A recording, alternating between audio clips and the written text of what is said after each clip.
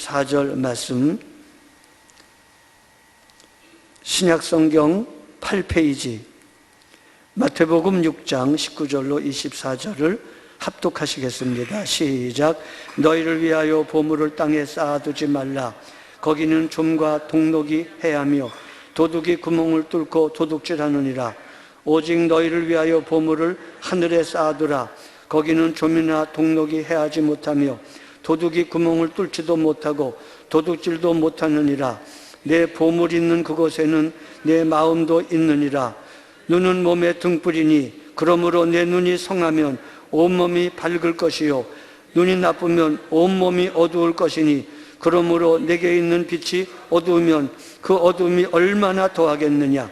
한 사람이 두 주인을 섬기지 못할 것이니 혹이를 미워하고 저를 사랑하거나 혹이를 중히 여기고 저를 경히 여김이라. 너희가 하나님과 재물을 겸하여 섬기지 못하느니라. 아멘.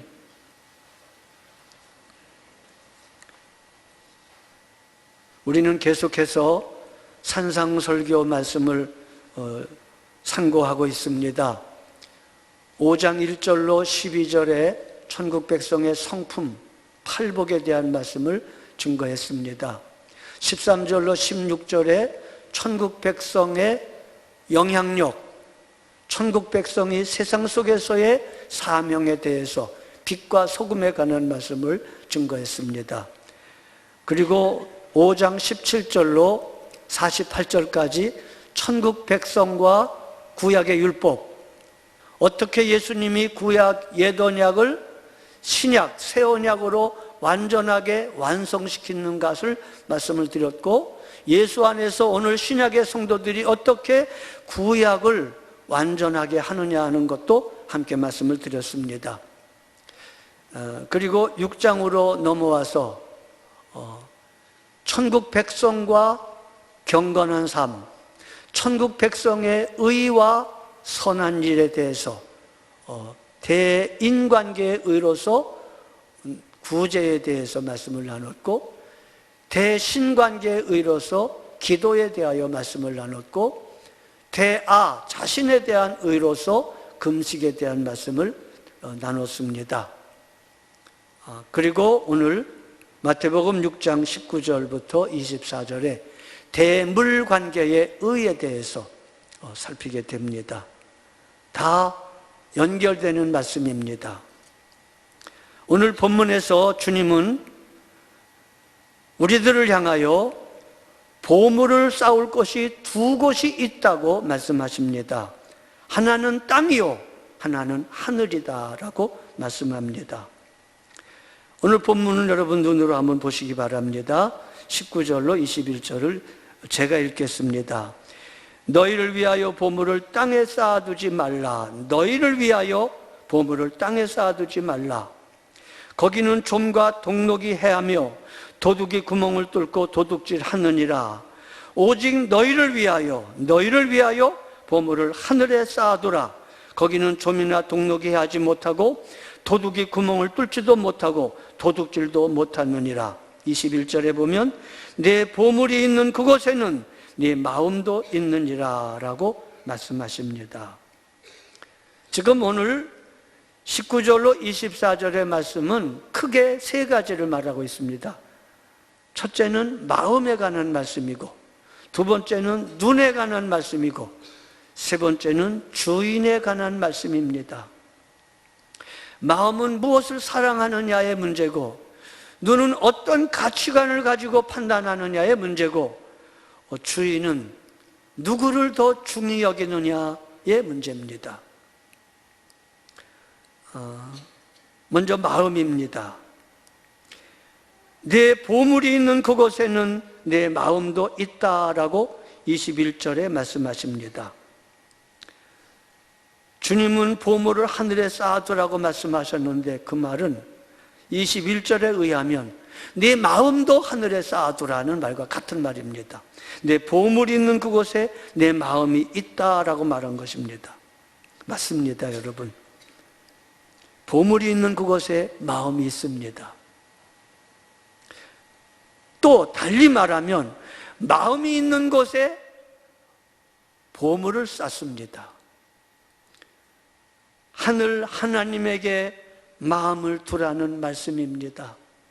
하늘 하나님에게 하나님의 목전에서 의를 행하라는 말씀과 같은 맥락입니다. 하늘 하나님 앞에 내 마음을 쏟아놓으라는 겁니다. 보물을 쌓아둔 그곳에 우리의 마음이 있고, 우리의 마음이 있는 곳에, 우리의 마음이 가는 곳에 보물도 갑니다. 그렇습니다. 여러분과 저의 마음이 머물러 있는 곳이 어디입니까? 여러분과 저의 마음을 늘 걸리게 하고, 갈망하게 하고, 사모하게 하고, 자꾸 마음이 가는 곳이 어디입니까?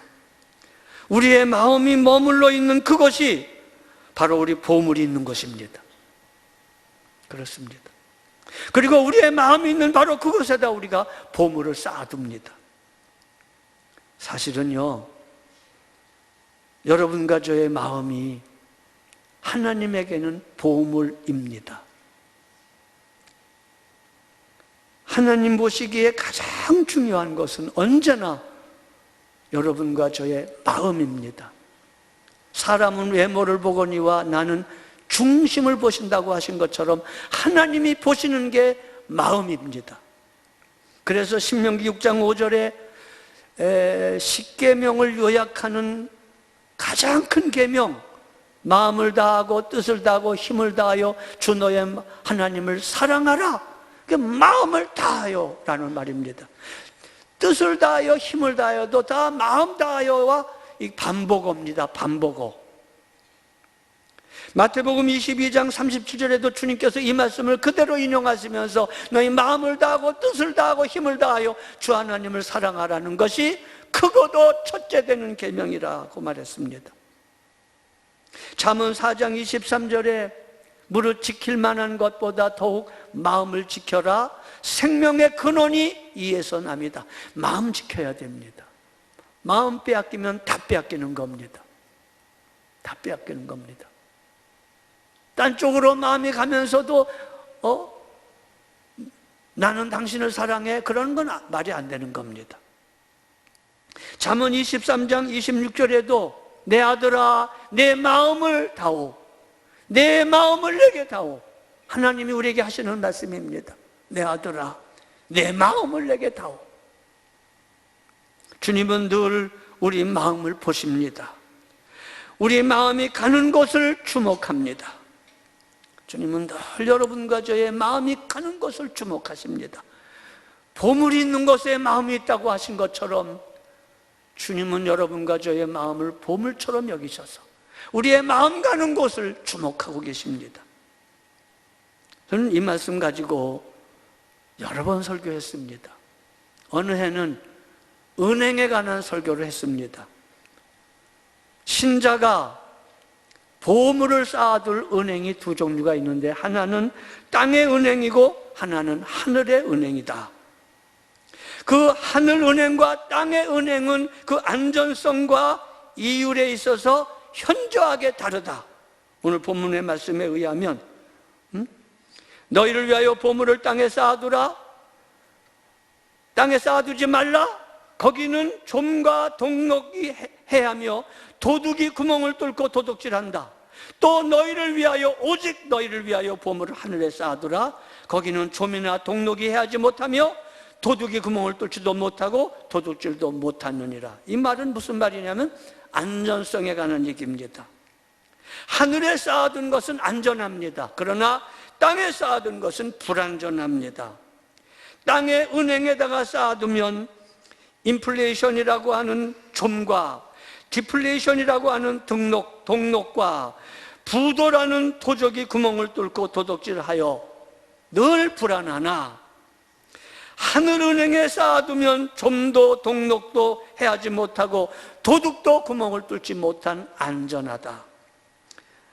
그렇습니다.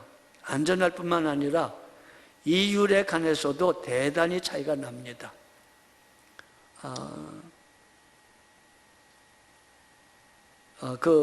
요새 우리가 IMF 때는 건축을 위하여 준비했던 재정이 상당히 많았습니다.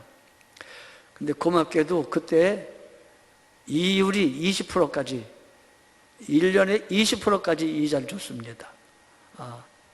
돈 많이 집어넣은 사람은 그때 살판 났습니다. 없는 사람은 죽을 판 났습니다. 빚을 쓴 사람은 큰일 났었습니다.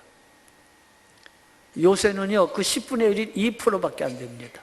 자, 2% 잘 안 줍니다.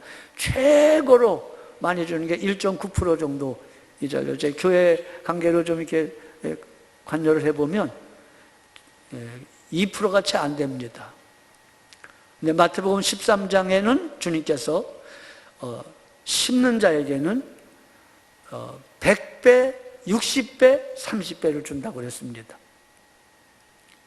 은행 용어로 말하면 100배는요 1만 프로입니다. 1만 프로.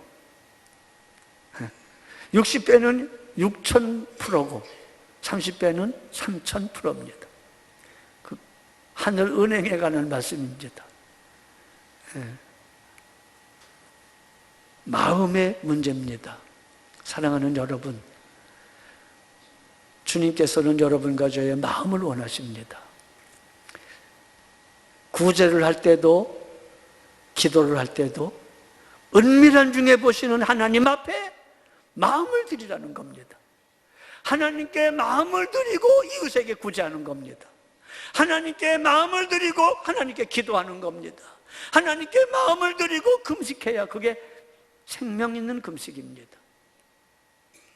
거기에 하나님의 상이 있습니다. 그것에 똑같은 맥락으로 물질 관계에 있어서도 하나님이 제일 원하시는 것은 우리가 하나님 앞에 마음을 드리는 것입니다. 내 보물이 있는 그곳에 내 마음도 있느니라. 겸손히 내 마음 드립니다. 나의 모든 것 받으소서. 여러분과 제가 만일 모든 걸 다 드린다고 하면서도 마음 안 드리면, 사람은 혹시 속을지 모르지만 중심을 보시는 하나님은 절대 속지 않아서 아무것도 안 드린 것과 똑같이 여기십니다. 비록 우리가 없어서 적게 드리고 모자라고 부족해도 마음 하나를 제대로 드리면 하나님은 다 받으신 것으로, 부자의 쩡그렁쩡그렁 떨어지는 금돈이 아무리 많아도 그것보다 2렙돈 전부를 마음과 함께 드렸던 과부를 가장 칭찬하셨습니다. 여러분, 하나님은 마음을 원하십니다. 내 보물이 있는 곳에 내 마음이 있다. 모든 선한 일은 하나님께 마음 드리고 나서 선한 일이 이루어지는 겁니다. 하나님께 마음 안 드리는 모든 선한 일은 다 위선이고 바리새적이고 가짜입니다. 하늘 은행, 하나님의 보좌, 그분의 사랑과 그분의 은혜와 그분의 놀라우신 긍휼하심에 반응하여 그분의 은혜에 반응하고 그분의 사랑에 반응함으로 구제도 하고 기도도 하고 금식도 하고 물질 관계의 선한 일도 해야 되는 것입니다. 두 번째 주제는 눈입니다. 22절로 23절에 이렇게 말씀합니다. 눈으로 보시기 바랍니다. 눈은 몸의 등불이니 그러므로 내 눈이 성하면 온몸이 밝을 것이요 눈이 나쁘면 온몸이 어두울 것이니 그러므로 내게 있는 빛이 어두우면 그 어두움이 얼마나 더하겠느냐. 갑자기 눈을 말씀하십니다. 보배를 하늘에 쌓아두라는 말씀을 하면서 갑자기 눈에 대한 말씀을 길게 말씀합니다. 눈이 밝아야 된다. 눈이 어두우면 그 어둠이 어떠하겠느냐. 눈은 몸의 등불이니 눈이 밝으면 온몸이 밝을 것이다 라고 말씀하십니다. 여러분, 이 눈에 관한 문제는 보는 것입니다. 보는 것을 관이라 그럽니다. 관. 세계를 보는 것을 세계관이라 그럽니다. 인생을 보는 것을 인생관이라 그럽니다. 가치를 판단하는 것을 가치관이라 그럽니다. 역사를 보는 것을 역사관이라 그럽니다. 보는 것을 관이라 그럽니다. 우리는 관이 똑바라야 됩니다. 우리는 이 세대 사람들의 지혜를 이 세대 사람들이 자기 시대에 자기들의 명예와 영광과 부여를 얻으려고 노력하는 그 치열함과 열정과 지혜와 결단성을 배워야 됩니다. 누가복음 16장 1절로 13절에 보면 한번 찾아보실까요, 여러분? 누가복음 16장으로 가겠습니다. 누가복음 16장 1절로 13절 좀 깁니다, 여러분. 누가복음 16장 1절로 13절. 여기 오늘 본문과 똑같은 말씀이 마지막 절에 나오걸랑요. 그래서 한번 읽습니다. 같이 읽습니다. 16장 1절로 13절 시작. 또한 제자들에게 이르시되 어떤 부자에게 청지기가 있는데 그 주인의 소유를 낭비한다는 말이 그 주인에게 들린지라. 그 주인이 그를 불러 이르되 내가 네게 대하여 들은 이 말이 어찌 됨이냐. 네가 보던 일을 세마라. 청지기 직무를 계속하지 못하리라 하나 청지기가 속으로 이르되 주인이 내 직분을 빼앗으니 내가 무엇을 할까. 땅을 파자니 힘이 없고 빌어먹자니 부끄럽구나. 내가 할 일을 알았도다. 이렇게 하면 직분을 빼앗긴 후에 사람들이 나를 자기 집으로 영접하리라 하고 주인에게 빚진 자를 일일이 불러다가 먼저 온 자에게 이르되 네가 내 주인에게 얼마를 빚졌느냐. 말하되 기름 100마리니이다. 이르되 여기 네 증서를 가지고 빨리 앉아 50이라 쓰라 하고 또 다른 이에게 이르되 너는 얼마를 빚졌느냐. 이르되 밀 100석이니이다. 이르되 여기 내 증서를 가지고 80이라 쓰라 하였는지라. 요만 보겠습니다. 이거 아는 얘기입니다, 여러분. 어떤 부자에게 청지기가 있었습니다. 그런데 이 청지기가 나쁜 청지기였습니다. 요새로 말하면 횡령죄와 배임죄를 저지른 겁니다.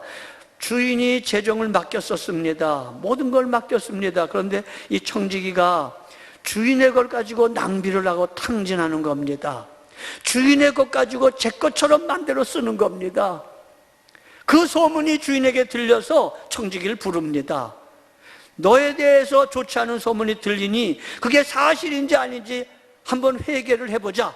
계산서를 가지고 와봐라. 어떻게 썼는지 다 목록을 가지고 와봐라. 만일 네가 내 소문을 듣던 대로 내게 대해서 한 말이 사실이라면 청지기 직무를 계속하지 못한다. 이렇게 선포합니다. 3절에 청지기가 속으로 이릅니다. 계산해 볼 것도 없죠. 이미 배임죄, 횡령죄를 자기가 저지른 걸 알지요. 그래서 속으로 이르기를 주인이 내 직분을 빼앗으리니 내가 뭘 할까. 땅을 파자니 힘이 없고 빌어먹자니 부끄럽구나. 고민하다가 무릎을 탁 칩니다. 성경에 여기 안 나오지만 알았다, 됐다, 이렇게 하면 되겠구나 하고 청지기가 속으로 대답하되 내가 4절 할 일을 알았도다. 이렇게 하면 직분을 빼앗긴 후에도 사람들이 나를 자기 집으로 영접하리라 하고 5절에 부지런히 주인에게 빚진 자를 일일이 불러다가 얼마 졌느냐고 물어봅니다. 그래서 어떤 사람이 기름 100마를 빚졌습니다. 그럼 빨리 와서 여기다가 50이라고 써. 반을 내가 탕감해 줄게. 그리고 아무 말 안 했겠습니까? 이렇게 말했을 겁니다. 기억해도 내가 너에게 인심 써서 반으로 감해준 거야. 네가 어려울 때 내가 도와줬으니까 내가 어려울 때 네가 도와주기다. 그렇게 말한 거 성경에 안 나오지만 틀림없습니다. 그리고 밀 100석을 빚진 자에게 너 얼마 줬냐? 100석입니다. 빨리 와서 여기에서 80이라 기록해라. 내가 20석을 내가 탕감해 주겠다. 아니 누구 맘대로 탕감해요? 지 것도 아닌데. 뭐죠? 어차피 청지기 직분을 곧 빼앗길 테니까 빼앗기기 전에 인심 쓰겠다는 거예요. 여러분과 저도 인생의 청지기직을 곧 빼앗길 겁니다. 여러분 70이요 강건하면 80이라. 이게 그의 얘기가 아니고 우리의 얘기입니다. 그래서 주님께서 이런 일을 비유로 말씀한 다음에 그러면서 8절에 보면 이렇게 읽습니다. 다 같이 읽습니다. 시작. 주인이 옳지 않은 청지기에게 일을 지혜 있게 하였으므로 칭찬하였으니 이 세대의 아들들이 자기 시대에 있어서는 빛의 아들들보다 더 지혜로움이라. 내가 너에게 말하노니 불의의 재물로 친구를 사귀라. 그리하면 그 재물이 없어질 때에 그들이 너희를 영주할 처소로 영접하리라. 여기까지 우선 보겠습니다.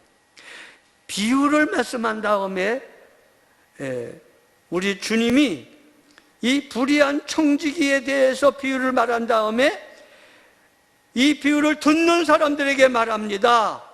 이 주인이 옳지 않은 청지기가 지혜롭게 하였으므로 칭찬하였으니 이 세대의 아들들이 자기 시대에 있어서는 빛의 아들들보다 더 지혜로움이라. 요 말씀이 좀 어렵습니다. 주님은 지금 뭘 얘기하고 있느냐 하면 이 세상에 장사하는 사람 보아라. 이 세상에 정치하는 사람 좀 보아라. 이 세상에 모든 권력자들, 명예를 탐하고 학문하고 모든 이 세상의 사람들을 좀 살펴보아라.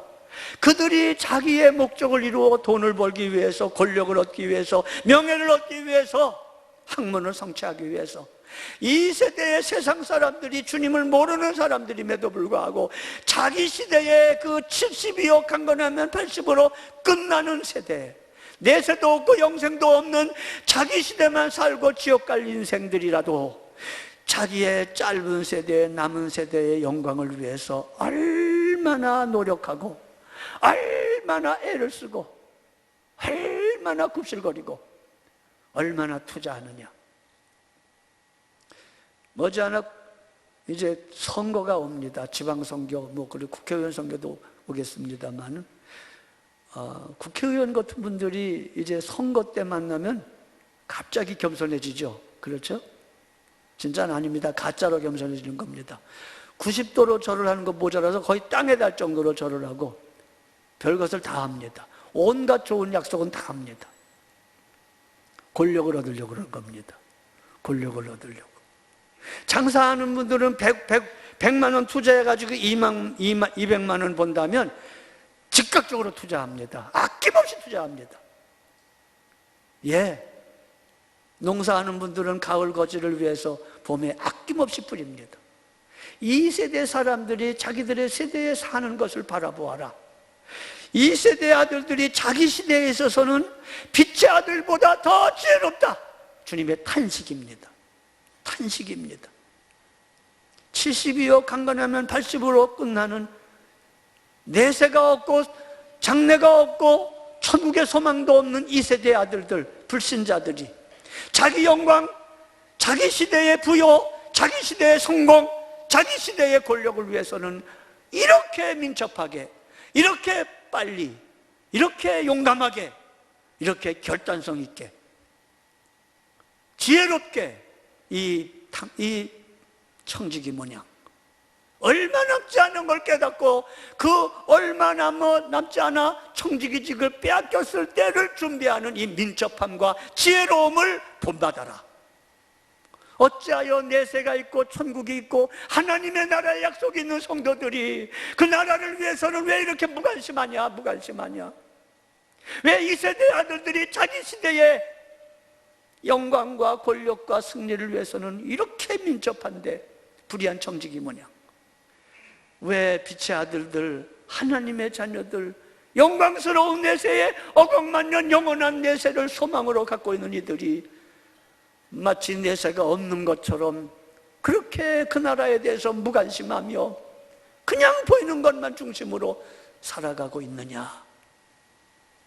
그렇습니다. 여러분, 우리는 이 세대의 사람의 지혜를 배워야 됩니다. 마지막에 보면 10절부터 보면 지극히 적은 것에 충성된 자는 큰 것에도 충성되고 지극히 작은 것에 불의한 자는 큰 것에도 불의하니라. 너희가 만일 불의한 재물에도 충성하지 아니하면 누가 참된 것으로 너에게 맡기겠느냐? 너희가 만일 남의 것에 충성하지 아니하면 누가 너희의 것을 너에게 주겠느냐? 집 하인이 두 주인을 섬길 수 없나니, 오늘 본문과 같은 말입니다. 혹 이를 미워하고 저를 사랑하거나 혹 이를 중히 여기고 저를 경히 여길 것임이니라. 너희는 하나님과 재물을 겸하여 섬길 수 없느니라. 똑같은 말입니다. 주님은 이 말씀을 하시면서 누가복음에는 불의한 청지기의 비유를 들어가면서 탄식하는 마음을 가지고 말씀하십니다. 중요한 것은 우리의 중심의 사랑입니다.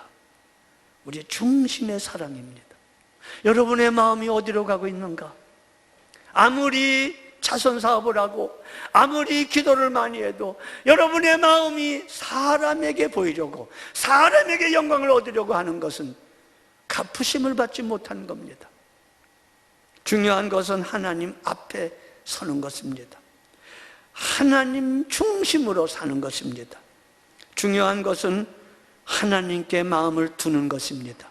중요한 것은 하나님과 관계된 것들을 가치 있게 여기는 겁니다. 가치관이요, 밝은 눈입니다. 눈이 밝아야 됩니다. 관이 분명해야 됩니다. 누가 인생의 진정한 주인인가를 보는 눈입니다. 보셔야 됩니다. 여러분과 저의 인생의 진정한 주인이 누구인가를 보셔야 됩니다. 눈이 밝아야 됩니다. 주인이신 하나님을 사랑하며 마음 다해 사랑하며 주인이신 하나님을 알아보는 안목, 눈이 중요합니다. 이거 오늘 말씀하는 겁니다. 약 50년 가까이 됐습니다. 70년대 초니까요. 1970년대 초에 제가 처음으로 부산 서북교회 백영희 목사님의 교훈을 배우기 시작했습니다. 그분에게 배운 것 중에 몇 가지가 뚜렷한 것이 있습니다. 그 중에 하나가 인생관에 관한 말씀이었습니다. 그분이 5대 인생관을 말씀하셨습니다.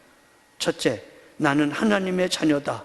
둘째, 이 세상은 나의 영존처가 아니다.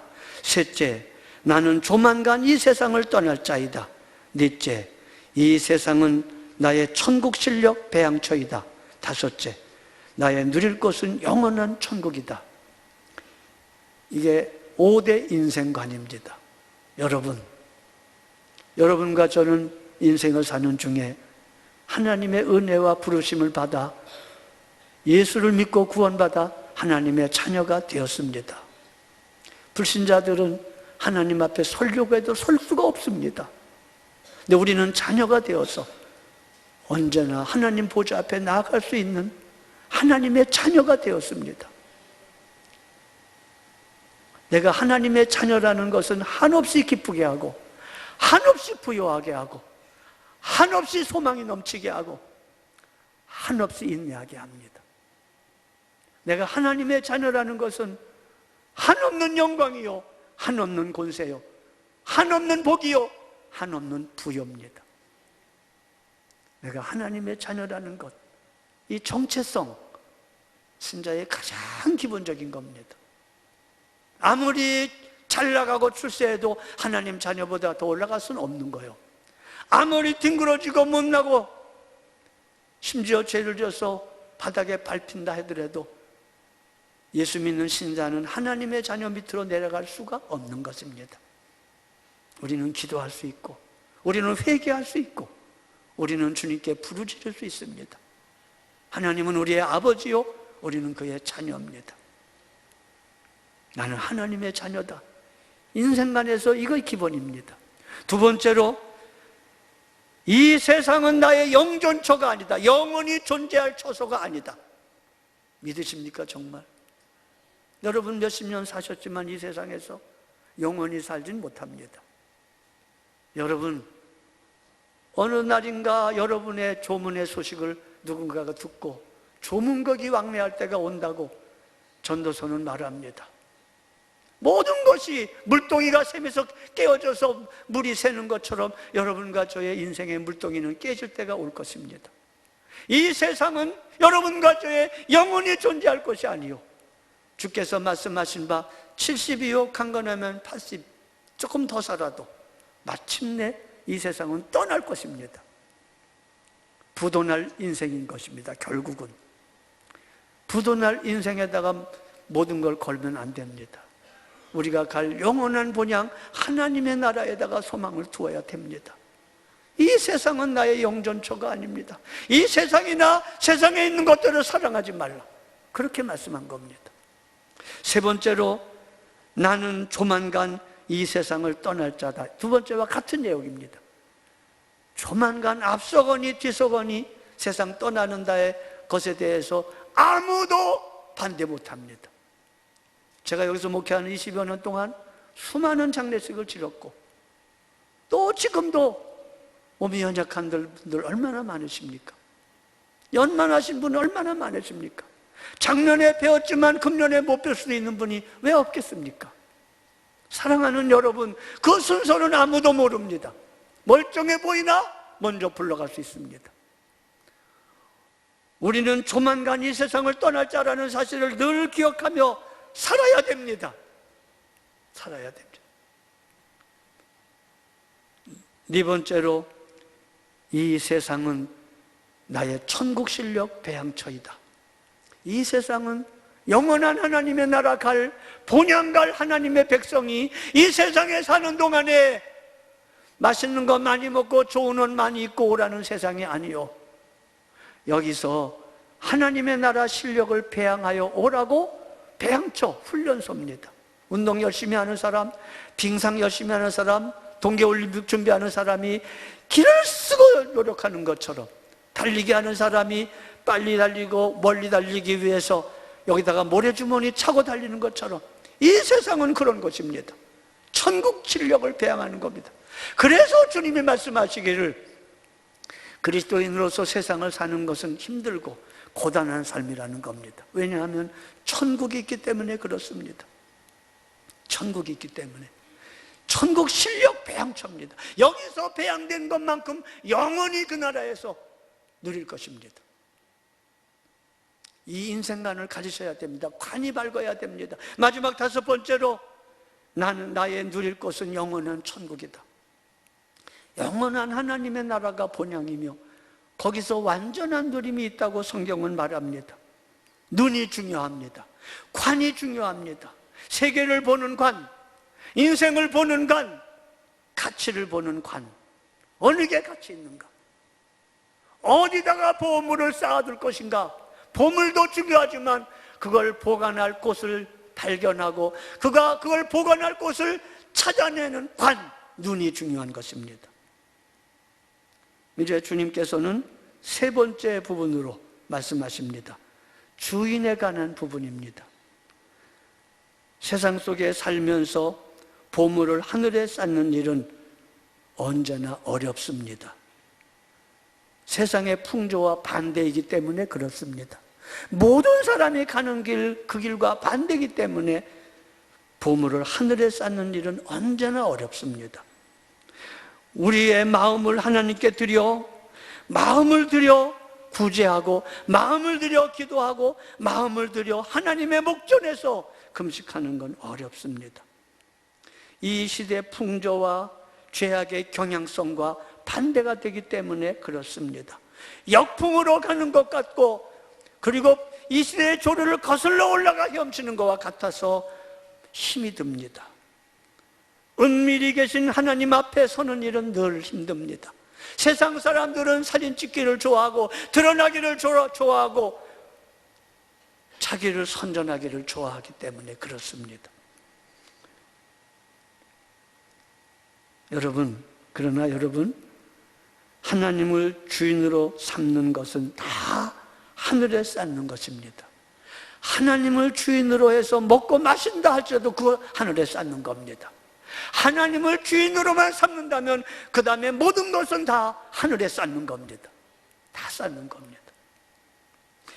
그러나 무슨 명분으로든지 무슨 명목으로든지 자기 중심, 자기 영광 중심으로 하는 것은 다 땅에 쌓는 겁니다.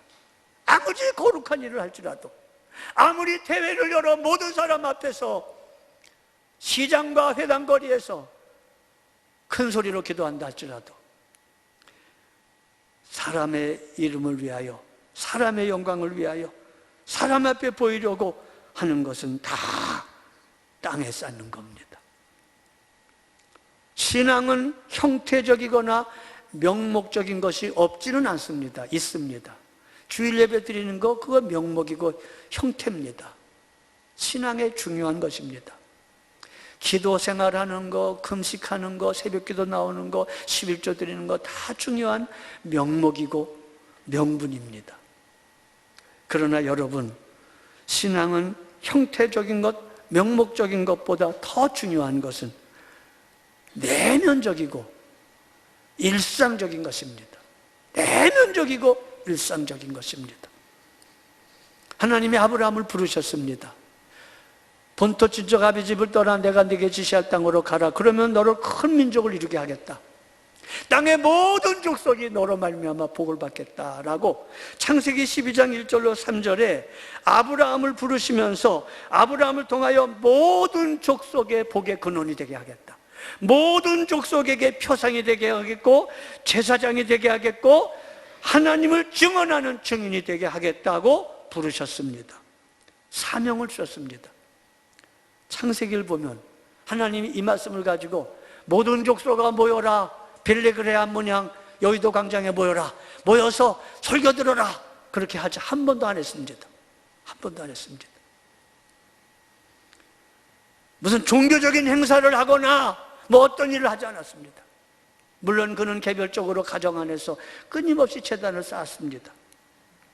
그러면서 그는 하나님 앞에서 그날 날마다 어떤 때는 아내를 누이라고 속여가지고 곤혹을 치르기도 하고 여러분과 제가 사는 것과 비슷한 일상의 삶을 지지고 볶고 그날 남편으로서 아버지로서 가장으로서 제사장으로서 자기의 삶을 그날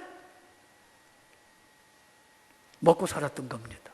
그냥 먹고 살았던 겁니다. 하나님이 오늘 여러분과 저에게 말씀하고 싶은 건 이겁니다.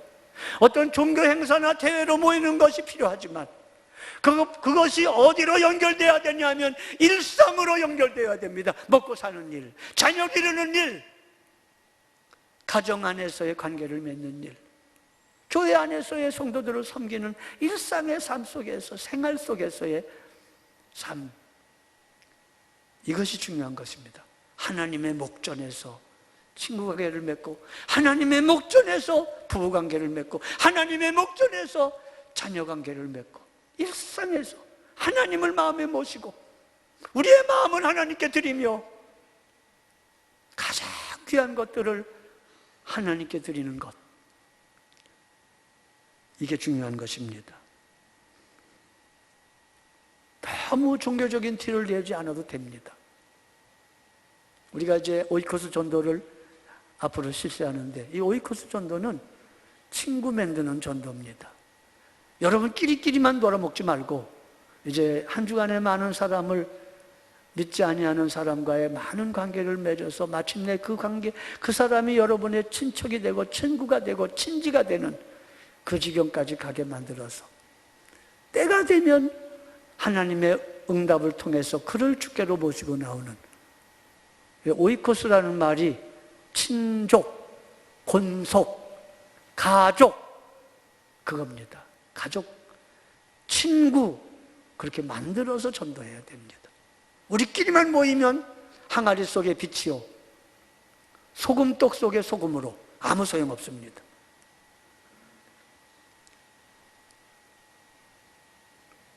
하늘에 쌓는 것은 일상에서 말씀대로 가장 귀히 여기는 마음을 주님께 드리고 마음과 함께 모든 것을 주님의 뜻대로 드리고 순종하는 것입니다. 먼저 그의 나라와 그 일을 우위를 구하는 것입니다. 그렇습니다. 이게 하늘에 쌓는 것입니다. 거에게 헌금만 요구하는 것이 아닙니다. 까딱까딱 거에게 헌금해놓고 일상에서 실패하는 것은 바람직하지 못합니다. 오히려 일상에서 주변의 필요를 예민하게 반응하는 것을 하나님은 히브리서 13장에 보면 기뻐하는 제사라고 말씀하셨습니다. 기뻐하는 제사라고. 나눔으로 풍성해지는 것이 하나님의 나라 법칙입니다. 마음을 하나님께 드리고 여러분과 저의 보물을 하늘 은행에다가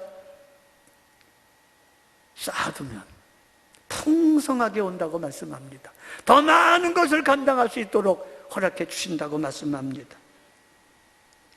하나님의 말씀 속에는요, 풍성함에 이르는 법칙도 있고 궁핍과 가난에 이르는 법칙도 있습니다.